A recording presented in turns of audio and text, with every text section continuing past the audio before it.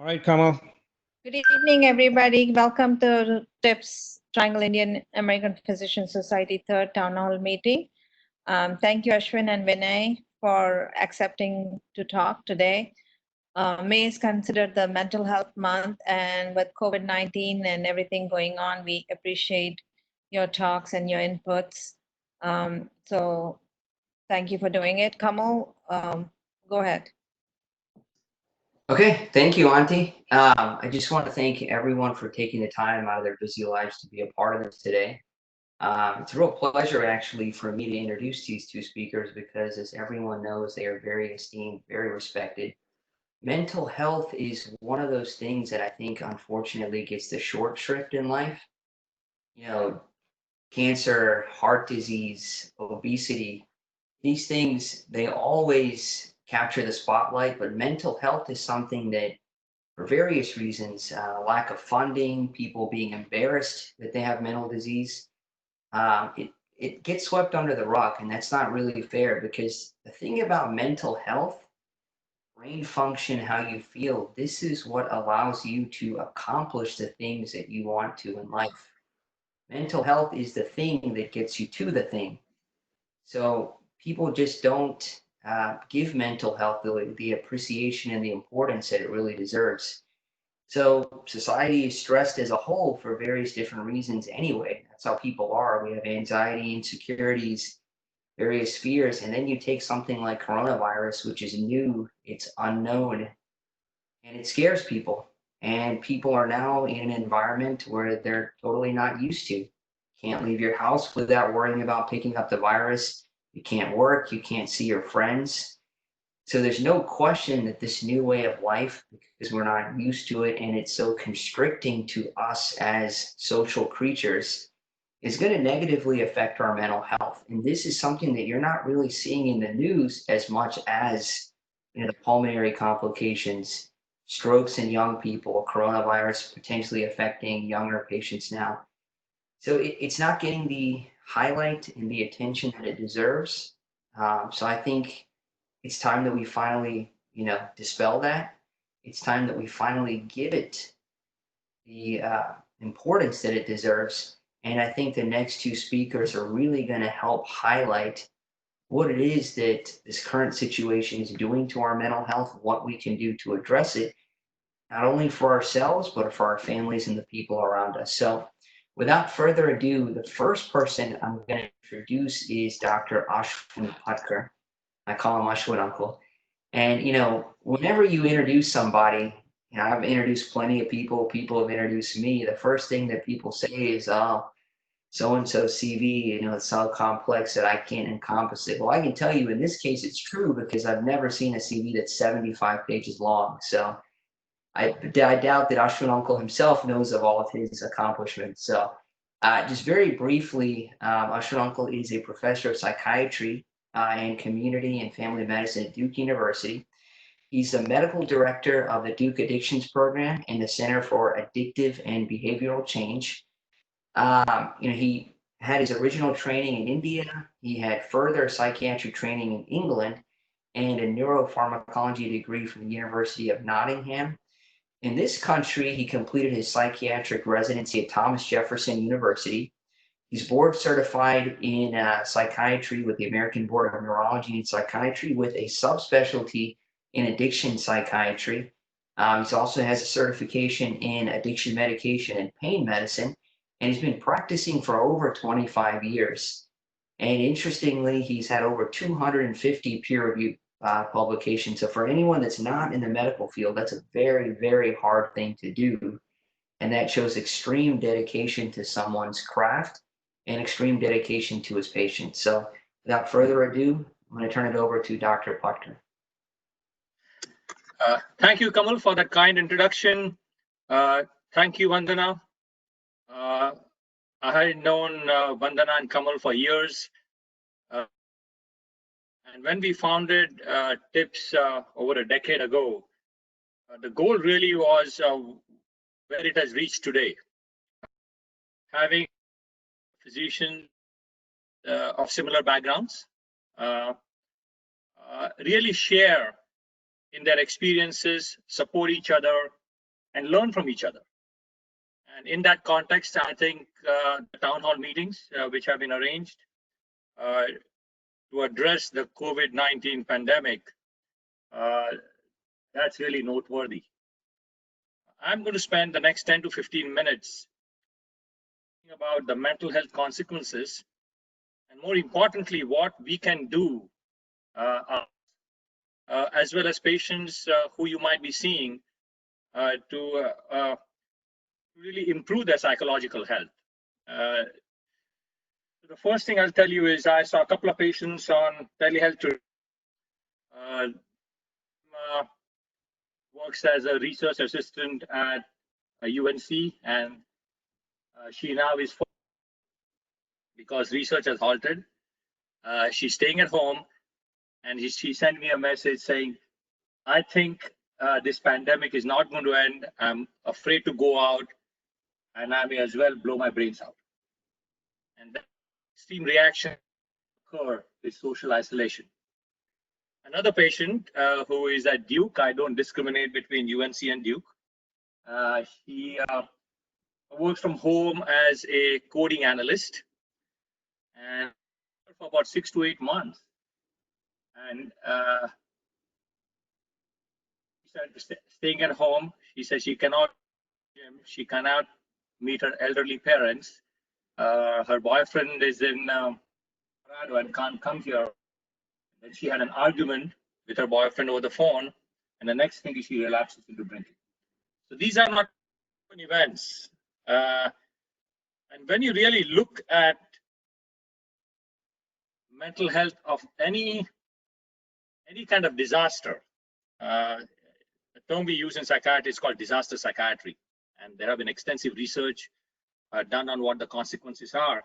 But specific to COVID-19, so one of the data sets that came out, they looked at over 1,000 people and they divided them into 2 groups, those who are employed and those who are not. And those who are employed, 20% reported minimal or no distress. In other words, 80% of people who had employment reported some degree of distress. About 25% had very high distress. Those who had a job reduction or loss, there was an additive effect. And what you had about 10% saying they had no distress. In other words, majority of people, about 90% or so, had that. About 1 out of 4 reported binge drinking in the past week, and 1 out of 5 reported taking non-prescribed drugs. So that's the data we have now. What is concerning, I think this is what, from the psychiatric perspective, we face this year or next year, is what is going to happen to suicide rates in the country. So just to give you an overview, in the US, the suicide rates have gone up by 35% from 1999 to 2017 for a variety of reasons. One of the big concerns is the association between suicide rates and unemployment. So roughly for every 1% increase in unemployment, your suicide rate goes up by 1%. So you can do the math depending on where the unemployment rate is going to be. If you're talking about an unemployment rate of 5 to 10%, we are going to see a suicide rate of maybe 60,000 next year. Okay. If it's 25%, it's probably going to be 75 to 80,000. Almost as many that have died from COVID-19 so far. What happens when you have, there are a variety of other statistics I'm not going to talk about in terms of studies from China, what's happening in terms of calls to crisis hotline. Overall, you could say that there is another hidden epidemic, not a pandemic, and that is, I would say, mental ill health. I wouldn't use the word disorders, but ill health, whether they transform into something serious or not, is dependent on a variety of factors. So there are three things that happen when you have an event like COVID-19. And with COVID-19 in particular, the first risk factor is the threat. And the threat often is whether you contract the virus or somebody else in your family contracts the virus, or what could be the consequence for you or your family of contracting the virus. And a threat will elicit a fear response. And that you see all the time.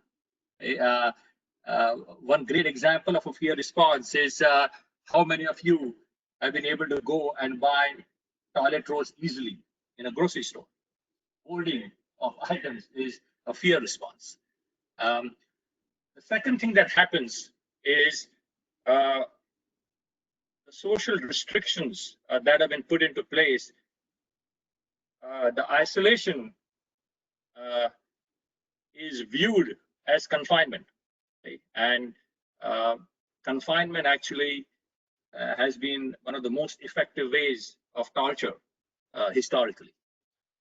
And that would lead to anxiety, depression, and a variety of other disorders, including PTSD. The third thing that happens is your disruption in work and personal routine. So I can tell you from personal experience, not having to go to the gym and exercising with weights has been a major disruption for me. And all these factors, they're independent. So each factor on, and if you have unemployment, job uncertainty, and uncertainty in general about when things are going to end, that is another risk factor. So those are the psychological risk factors which contribute to what your patients, yourselves, your family members may be facing now. So what can you do about it? So what I would recommend first,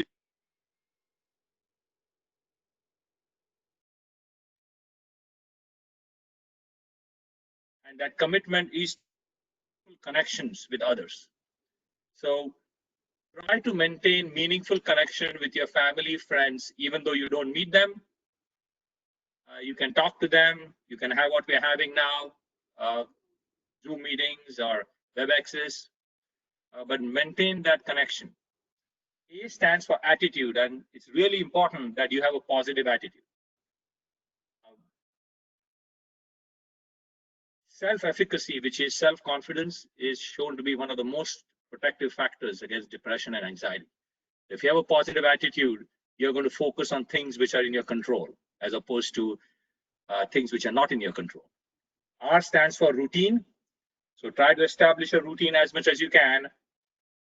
E stands for exercise, and S stands for sleep. So those 5 factors, they're called self-care. If you can do that, and you can recommend that to your patients. Actually, the patients I see, I go over all these 5 dimensions and say, you're going to tell me very concretely how much time are you spending and how you're approaching these 5 factors. There's another model called 4 M's of mental health. 1 M is meaningful engagement, and that's very similar to what I said in terms of routine and commitment. M is movement, which is exercise. 3rd M, mindfulness, which is meditation. And 4th M is mastery, which is pursuing something like a hobby or something that you enjoy. So those models of self-care, the CARES model and the 4 M's of mental health, they're simple things you can recommend to your patients. More importantly, do it for yourself and your family.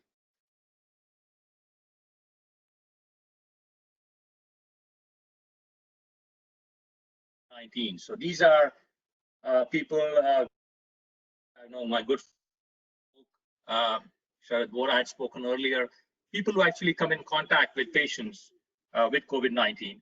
They have to recognize, it's called the HALT acronym, H-A-L-T. H stands for hungry, A stands for angry, L stands for lonely, and T stands for tired. And you will get angry and frustrated if you are in that situation. Recognize those emotions as normal. You don't need to feel guilty or ashamed or bad about it.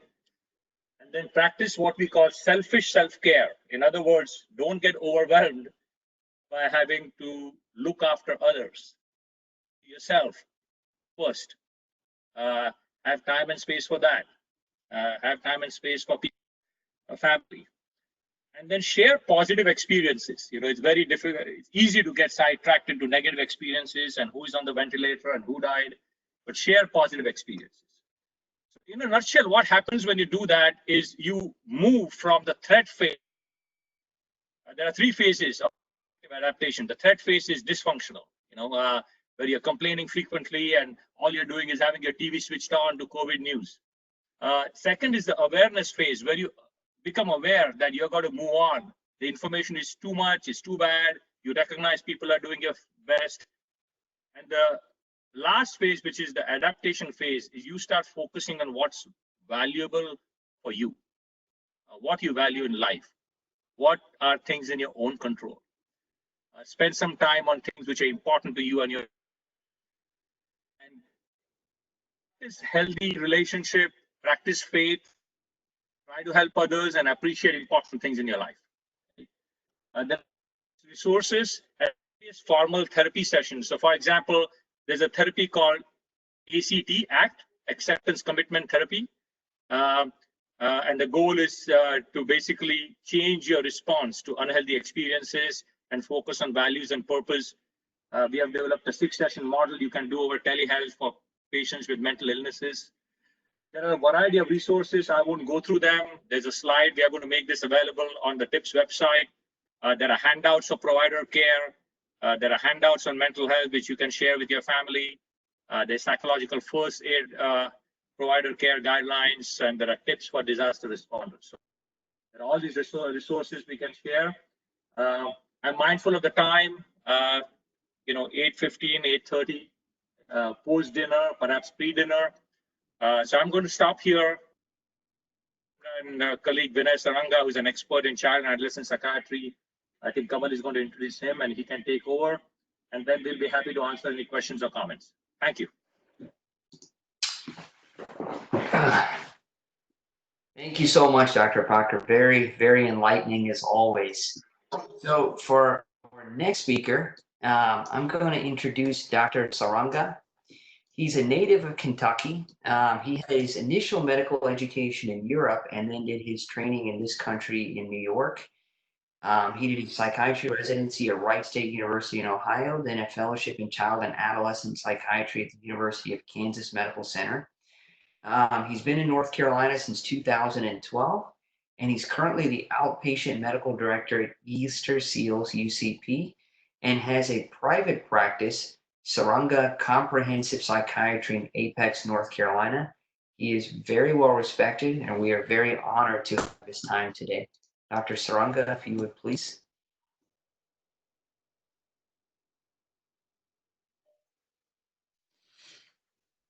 Hi, everyone. Hi, Kamal. Thank you for that kind introduction, and Vandana for inviting me to speak to all of you today.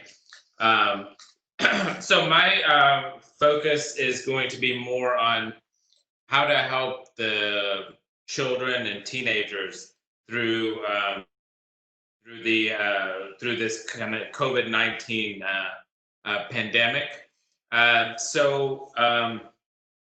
Give me 1 second. I'm getting an echo here. Give me 1 second. I'll be right back.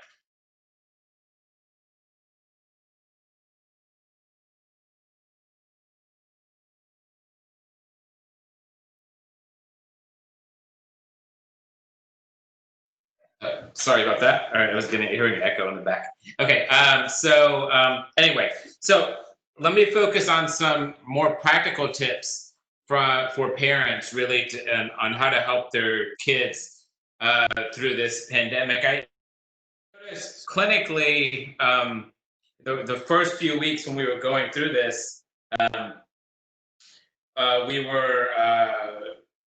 kids were kind of happy. They were enjoying staying at home for a few weeks. They didn't have school and all that. And then what started the last couple weeks or so, I noticed that a lot of the kids are starting to get bored and frustrated and not knowing what to do with their time because their kind of schoolwork wasn't necessarily structured. So they're really struggling on how to pass the time at home, and parents are really struggling how to entertain their kids at home. So I wanted to give you some more practical tips on how to help us through kind of these next few weeks. Some of these things Ashwin already touched on briefly, and I'm going to kind of reiterate it and more focus on the child adolescent population and how to help your kids through this. Ashwin already mentioned about the routine and schedule that's needed, and especially for kids, that's very important. Especially the sleep schedule is very important. Having a regular sleep time and a regular wake time, because I'm getting concerns from parents and children about sleep issues, having trouble falling asleep and staying asleep. So a lot of times I need to recommend to them to make sure to set a regular bedtime and a regular wake time, and it's very easy to fall out of that pattern when you don't time that you need to go to school or go to the bus and things like that. And a lot of their activities have been canceled too in the evenings. So a lot of kids are ending up, spending a lot of time on screens and devices and things like that, and end up staying up late, playing video games or on social media. So thrown off. So it's very important for children to maintain the sleep schedule and wake schedule. And I even recommend for parents to kind of work with their kids to set a schedule for the daytime. Maybe not necessarily every hour, but every couple of hours, kind of during the day, a general plan of what they'll expect to do for the day. It could be schoolwork for a few hours. It could be reading for a little while. It could be exercise. But kind of schedule out, plan out the day so they have that routine that they can follow. Give your kids some choices. So there's not much that they can really choose at this point, and they're really stuck at home. All their activities are canceled, like I mentioned. So they can't really visit their friends and all that, or go to the movies. So maybe give them some choices about maybe family games you can play, or programs you can watch together as a family. Maybe they can help in meal planning too. Maybe they cook something new as a family. You can all cook or bake together. So give them a little bit of choice at home on what activities they can. The isolation, as Ashwin mentioned, is a significant problem for adults, but and equally so for kids, because they don't get to see their friends face to face. And so it's going to be important for them to be able to keep in touch. A lot of I know the common ways, at least my patients are doing it, is through FaceTime. They can do a group FaceTime chat, phone, email, text, some way for them to be able to be in touch with their friends from school, neighborhood. I know a lot of parents have been kind of lenient about letting their kids go out and play with maybe the neighborhood kids and things like that. And I have to caution parents a lot of times to be careful about that, because it's very hard to maintain social distancing if you're playing with other kids in the neighborhood or being allowed to go into someone's house. So I kind of discourage that, because I think social distancing will be really hard. But yeah, so a lot of parents, they don't know how to answer their kids' questions about COVID-19 and how long this is going to go on and all that. So the main basic recommendation for that is just to be honest with your kids. Use simple words.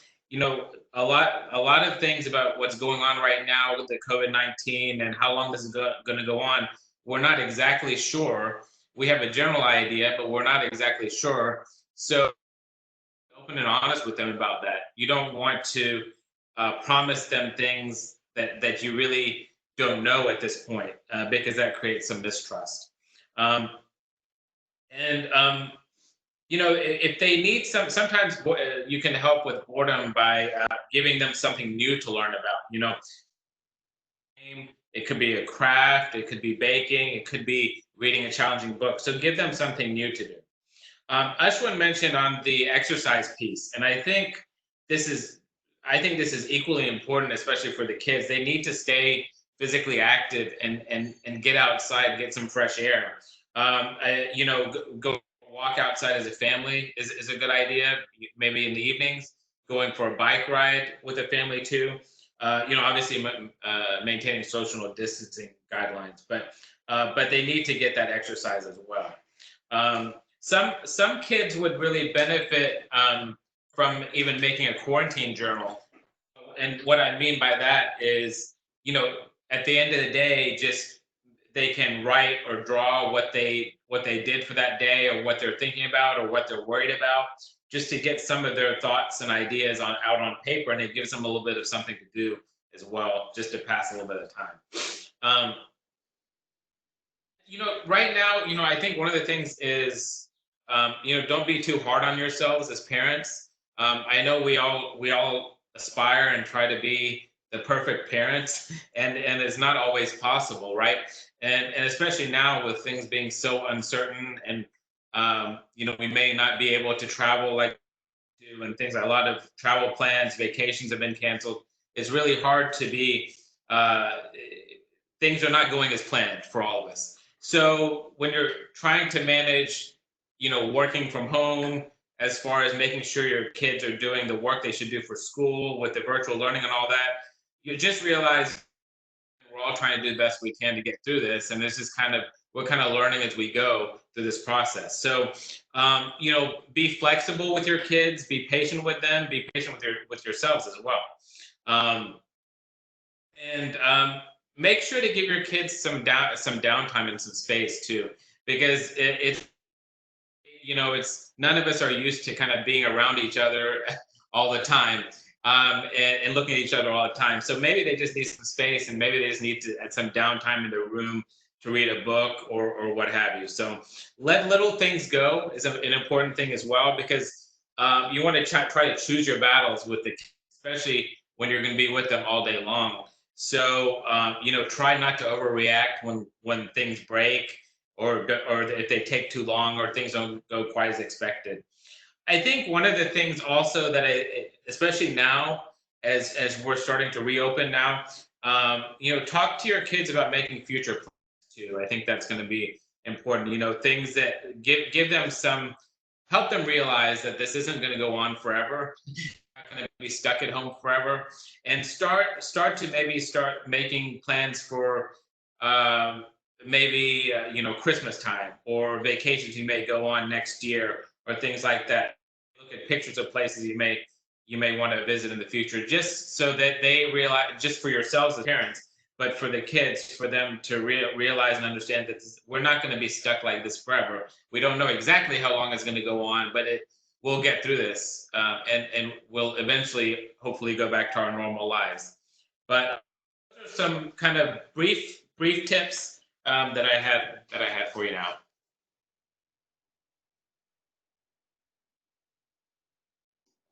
All right. Well, that was excellent. Thank you so much, Dr. Saranga, for those tips. I just wanted to see if we had any audience questions, and I'm going to give them a second to come up with some questions. But as far as questions for me, and this is open to either you or Ashwin Uncle, you guys talked a lot about, adolescents, adults, the different strategies to cope with what was going on, specifically pertaining to Indian Americans, or Indian culture, and sort of the stigma around mental health. Is there anything that you specifically want to comment about that? Like, either whether it's an adult or a child, just bringing up some of these issues that they might be reluctant to.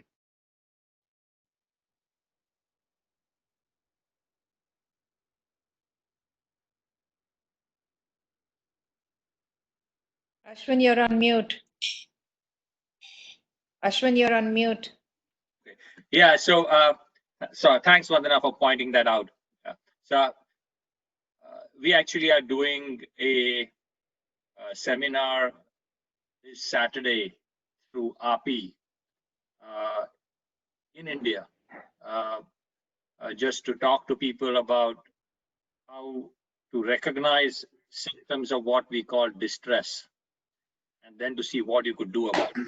So the models which I discussed, and then Vinay also discussed, by and large, there are similarities between these models of what you can do Even as Indians, we are at end of the day people, humans. We share common characteristics. So, from the Indian perspective, what I would emphasize is prayer,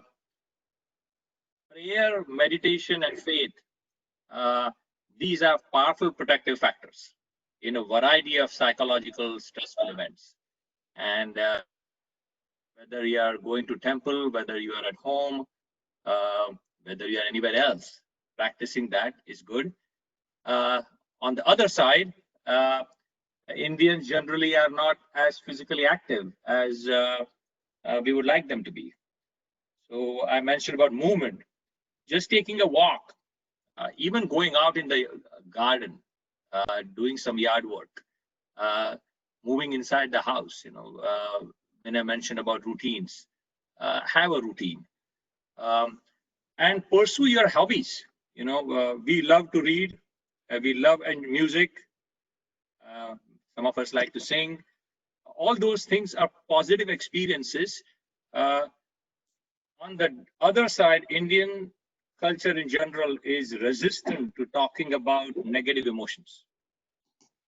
And be aware that if you are having negative emotions, it's better for you to share it with somebody close to you than to keep it for yourself. Those will be my tips. And Vinay, anything in terms of children? Yeah. Yeah, I agree with everything. I think this is a great time for families, since we're it's a good time for family bonding. So, and there's lots of ways that we can do that now. I mentioned the cooking, baking, things like that. Just simply even like playing family games together is a good way to spend time together. I know with my wife and kids, we've been playing soccer in the backyard, or other outdoor games too, and doing some in-home exercises as well on on YouTube videos or what have you. I think this has been for me, because I think most of us were sitting at a desk a lot. So I've had to make sure I do a lot of stretching too, because of all the kind of the back strain and all that from sitting all the time, which I'm not used to. So incorporating some yoga and stretching exercises for all of us is going to be important. So, but just cherishing kind of the time that you have together at home with your kids, because we really and many of us are kind of busy running around. Many of the folks in this some of the folks that are listening today may be physicians, so we're busy commuting from one place to another, one office to another, so we don't get a whole lot of downtime to just sit at home and talk to the kids and have meals together. Usually we may have dinner, but now we have we may be able to have lunch together and all that. So and more time to kind of watch movies together as a family too. So just kind of enjoy that time and additional time you have to talk to your kids and listen to them and kind of bond with them. Well, great. That's great tips there. So another question for either one of you. So obviously, in-person medical visits are constrained right now. Oops. I think I'm unmuted now. So in-person visits are difficult now, obviously, with coronavirus and it not actually being gone yet. My question to you both is telepsych. Is it readily accessible now? Are there backlogs to see patients? What kind of availability could our community expect with that?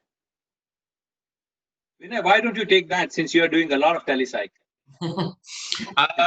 Yeah, I am. I don't. No, I don't think so. We were. There was, and I'm guessing this is across the board for most mental health, or I think most practices were seeing this for the first few weeks at the stay-at-home. Things kind of slowed down a lot for the first weeks, and because people were scared and they didn't know how it was going to how the transition to telemed was going to work out and things like that. And I think at least just over the last couple of weeks, things have started to pick up a little bit more. I haven't heard anything from my colleagues about weight loss like that. But I have heard on the positive side that no-show rates have significantly decreased or gone to none because for various reasons. Obviously, they don't have to commute to the office and things like that, and all. But also, in addition to that, kids are at home. A lot of their activities have canceled and all that, so that frees up a little more time for the parents to make sure that the kids are in front of the screen for the appointment and all that. So yeah, and not that I'm aware of as far as wait lists and all that right now. At least for child mental health. I don't, Ashwin, I don't know about adults. Have you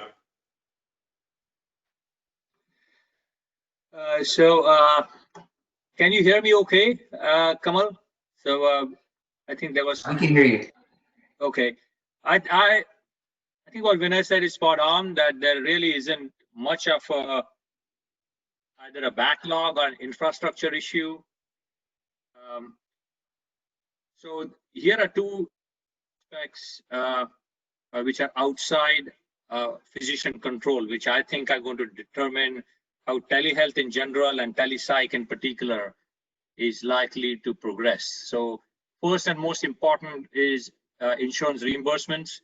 So as of now, because of the emergency declaration and CMS, telehealth is being reimbursed of coding, similar to in-office visits. Now, whether that will change or not moving forward, particularly when the declaration is over, no one knows. But if that is reduced, then I think expansion of telehealth is going to face some challenges. In terms of adoption, what is the long-term adoption? You know, I have read at least 3 or 4 papers about how it's going to be widely adopted and it's going to be the norm. And I'm not so sure whether long-term, at least in psychiatry, it will be the norm. What you find happening is, so overall, psychiatry patients versus primary care, it was interesting. The primary care patients, 50% of them said they would prefer telehealth. 27% of psychiatric patients said they would prefer it. But what did telehealth adoption is the state of somebody's mental health. If somebody is distressed, they want to have where they can have a relationship with someone. If they're doing well, they feel, well, you know, why should I drive 40 minutes for a visit? So it depends on stability of somebody's health. And I suspect even for primary care, that's when there is no, we would be accepting. But tomorrow when there's an option and they're not feeling well, it's a separate story. I think what might happen is you might get a combination. So people come in for office visits and initially, and then they're doing well, and then they have some telehealth visits, and perhaps then they. So that's what I think is going to happen. Thanks. Great. The other thing I wanted to ask is during our previous sessions, a lot of the audience members, you know, when it came to the lung manifestations and various other things, they asked about, you know, Indian remedies, homeopathic things, yoga. Is there anything that you would recommend that is safe over the counter for, let's say, stress, anxiety, to calm you down? You know, things like St. John's wort, just anything that's sort of more naturalistic rather than medication from the Indian perspective. So my general advice in terms of remedies or alternative medicine or anything is to look at it from a risk perspective. If you think that there's no risk for somebody to be taking any supplement or for the matter any herbal remedy, then be aware that you can reinforce a placebo response. So consistently across all trials in psychiatry and even in medicine, you're going to get a 30% initial placebo response. So if somebody says, well, and I see people all the time saying, oh, I'm taking this, what was the last thing? I had a patient yesterday said, I'm taking a combination of valerian root and something else, which I can't even remember, a tea to sleep. And I think that's effective because my friend told me that it works. And I said, well, if a friend told you it works and there's no reason to believe your friend is lying, why don't you try it and see? You're not going to have any side effects. So if there is no risk, there is, I think, dissuading patients from trying something is, it's an old adage. Lack of evidence is not the absence of evidence. So there's no harm trying that. What you don't want somebody to do is to prefer an herbal remedy over a well-established evidence-based remedy. Somebody's doing that. Hey, I'm antidepressant. I want to go and kawa tea. Then that's where you can come and explain about what the evidence is, why somebody's been prescribed. And in general, I think having a conversation about adherence to the medications which you prescribe is a good conversation to have. At least in psychiatry, the studies we have done have shown a non-adherence rate of about 30% or so. So in the child adolescent population, there's really only a couple of supplements that most of us child psychiatrists would feel comfortable recommending for the most part. The first is obviously melatonin for sleep, which is generally felt to be safe in short-term use, meaning a couple weeks. There was some concern that more long-term use may lead to some growth concerns, but it's been commonly recommended for sleep, and most child psychiatrists feel comfortable using it for children. The other one that's probably really had the most evidence is the omega-3 fatty acids. Now that's for multiple different reasons for child adolescent, but there's been evidence to show can help with attention and focus for kids with ADHD in addition to the typical treatments for ADHD, but also some evidence to show they can help for some anxiety and depressive symptoms. So those are the only ones I typically feel comfortable talking about with parents because we have some evidence and studies behind that. But the other ones that you mentioned, Kamal, you mentioned St. John's Wort. That's one that's concerning for us as psychiatrists because of the serotonergic effect. So it can have with some medications that are antidepressants that are being prescribed. So that's one to be careful of, and always let your physician know that if you're taking St. John's Wort, because it could lead to potentially to serotonin syndrome and other side effect concerns. So and basically, those are the ones that I typically talk to parents about. Vinay, Okay, so let me quickly add one thing. So curcumin, which is present in turmeric, we recently reviewed all the data, and it does have mental health benefits, including improvement in depressive symptoms. Thanks, Ashwin. So Vinay, we have a question from the guests, and the question is, how are the kids with already mental health condition doing in current situation, and specific instructions to their parents? So that this will have to be more anecdotal from what I'm seeing in my clinical practice. So as far as the kids with current mental health conditions, so that's kind of is a question because it kind of sort of depends on what mental health conditions we're talking about that the child may have. So if we go by the more common one that we deal with as child adolescent psychiatry, ADHD. So overall, that the ADHD concerns see an improvement because they're not really in school. So the disruptive behaviors, the attention focus, the hyperactivity issues that would be present in school may not be as a concern at home. But that being said, the kids that are pretty hyperactive and impulsive, it's left to their parents to deal with it. So, and their schoolwork stressor it has decreased too because the expectations right now from the school is relatively minimal.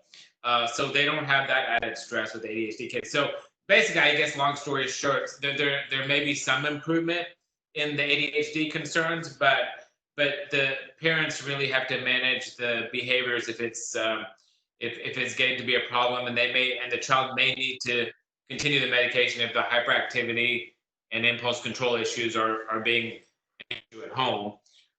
Some parents have, I know some parents I work with, the parents decided to kind of put a hold on the ADHD medication for now, since they're not in school and they feel like the child can manage okay at home without the medication, which is fine. It really depends on the severity of symptoms. Over the last few weeks, I think the social isolation piece has been leading to a lot of kind of helplessness and hopelessness and a lot of boredom, self-esteem issues, things like that. And there's been a lot of frustration with kids who may have some depression and anxiety symptoms, because they're stuck at home. They can't see their friends. They may not. A lot of kids who have anxiety are worried about their grandparents that they can't visit and that may be ill. And so there's, you see some worsening of the depression and anxiety symptoms, at least over the last few weeks, because this has gone on. Now what are we looking at? 2 months now. So there's been some frustration on that piece of things. So it's affecting kids in different ways, basically, depending on what particular mental health issues that they're struggling with. For parents, it's mainly going to be to do your best to kind of support the kids through this. As I mentioned before, just be open and honest with them. Be open to their questions and answer honestly the best you can about the questions they have about COVID-19 and things like that.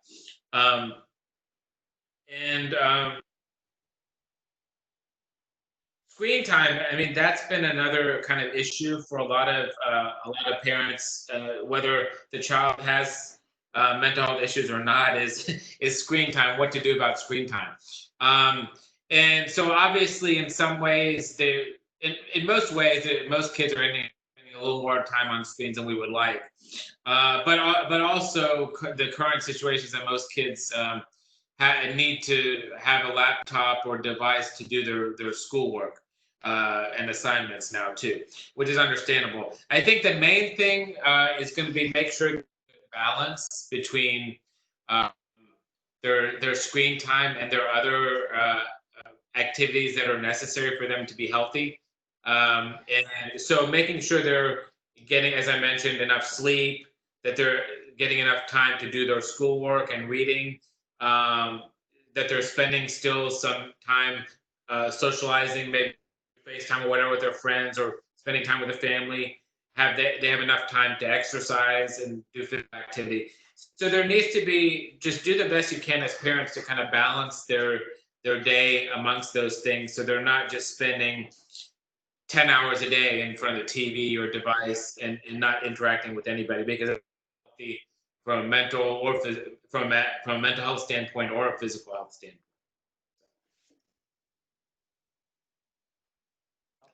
Thank you. Hey, Kamal, I have a quick question. Is it okay to ask? Go ahead. So generally we are going through everyday life, sitting at home, but how do you overcome this anxiety or being paranoid when you go to a grocery store or a restaurant to pick up the food, to becoming infected?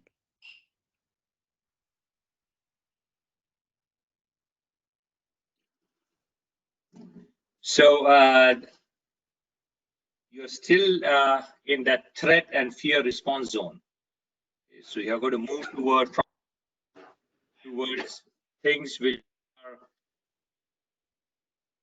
what we consider awareness zone. So what happens is what the mind, when you are, you tend to catastrophize things when you're unsure. So an example is going to a grocery store and somebody coughs and you previously would not have paid any attention. Now every single person will look at that guy. Okay. That's because what, and you need to almost train yourself to reframe whenever that happens as there could be an alternative consequence, which is not catastrophic. That's one of the basis of cognitive therapy, where you check your thoughts, and the moment you think that is automatic thought, they're called automatic thoughts, and they are going towards that direction, you actually correct it. You do it repeatedly, and you'll find that you can check yourself before you actually catastrophize it. The other thing people use is distraction, which is when they go there, they are consciously thinking of something else which is pleasant and ignoring what's happening around you. So there are different kinds of techniques people use to do this. And I want to helpful is, by the way, focusing on the catastrophic consequences. And I want to make one comment, just from a medical standpoint, Karen Uncle, you asked, and I'm sure everybody's thinking this, I just walk outside my house, I'm going to get the virus. The odds of getting the virus from going to pick up takeout food, curbside delivery, the odds of getting the virus, as long as you wear a mask and are being careful in a grocery store, are extremely low. So the average person should not be walking around anxious all day just from literally stepping outside of their house. It's high risk activities like being around a bunch of people without wearing masks, going to nursing homes, hospitals, crowds, that type of stuff is typically how this is spreading more than getting it from an Amazon package that comes into your house, or literally lifting a takeout bag and getting it from there. So use your head, be smart, but nobody needs to live in constant fear or anxiety that just stepping out of their house they're going to get the virus, because that's just not scientifically true.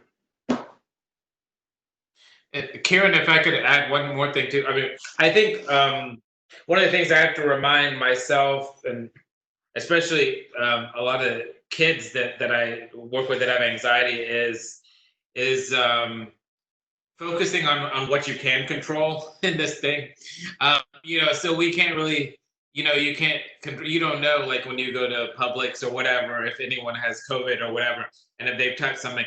But what you can focus on what you can control, right? Which is doing the safe things that you can do, wearing a mask or gloves or whatever, maintaining your distance, things like that. And that's typically reassuring for a lot of kids too, to know if they're worried about grandparents or someone who's, they're worried may get sick from this. Is just that I have to kind of a lot of times just reassure them that, is grandma, grandpa, are they staying at home? Are they trying not to go out as much? If they go out, do they wear a mask? Are you doing those same things? Are you washing your hands frequently, washing your hands when you come home from, going out to play and all that? So I think that a lot of folks, and especially and kids and adults, find that reassuring that they're doing whatever they can to stay safe and healthy. They're doing their job, but you can't always control the guy that comes up too close to you and coughs on you or sneezes on you. There's just some things that we just can't control, but we can do the best we can in our own homes, to prevent ourselves from getting sick. All right. Any other questions, Karen Uncle, that came in through the portal? Anybody else on the panel have any questions?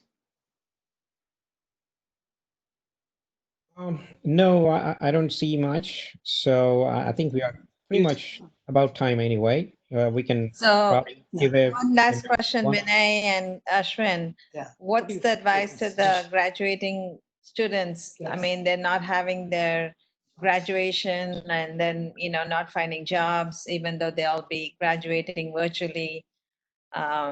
Any advice for them? My advice would be try to see what things you could do which are fun in the context of some of the limitations you have. For example, some graduation our friends had where people went, visited each other, had some celebrations. Social distancing does not mean social isolation. You can still meet. I think Kamal made a point. It's not like catch a virus by touching something somebody else touches. So you can still meet people, you can still have some enjoyment, but do enjoy. It's a meaningful time for someone to graduate. Family and person should be proud of it, and a sort of celebration. About jobs, I mean, I'm not an expert. There are, neither is I think anybody else from our medical community. That is a totally different story. I don't have any specific suggestions about that. Vinay, anything? Yeah, I mean, it's tough. It's tough for for like the high school seniors and the college seniors get their typical graduation ceremonies and parties, and it's tough. I mean, I think just do what you can, and I think a lot. Some of them may be trying to do some kind of meetings like this to kind of sort of informally celebrate. And you can, within your home, you can, probably do something, like a FaceTime, party or virtual party, too. I know it's not the same as having a face-to-face, graduation party, but at least it's something to kind of commemorate that piece. Yeah, I mean the job situation. I know a lot of my college students and all that. They're starting to look for jobs now through Indeed and what have. It seems a lot of companies, from what I'm reading now, are starting to hire. So it sounds like there may be more jobs available than we realize. So I'm hoping I'm being more positive about that. But yeah, I'm hoping they'll be able to find jobs if they're looking this summer. Thank you, Ashwin and Vinay. Really appreciate it. And Kamal, thank you for moderating it. And Sai Kiran, thank you for getting the WebEx together. Appreciate all of you. Have a great day and stay safe.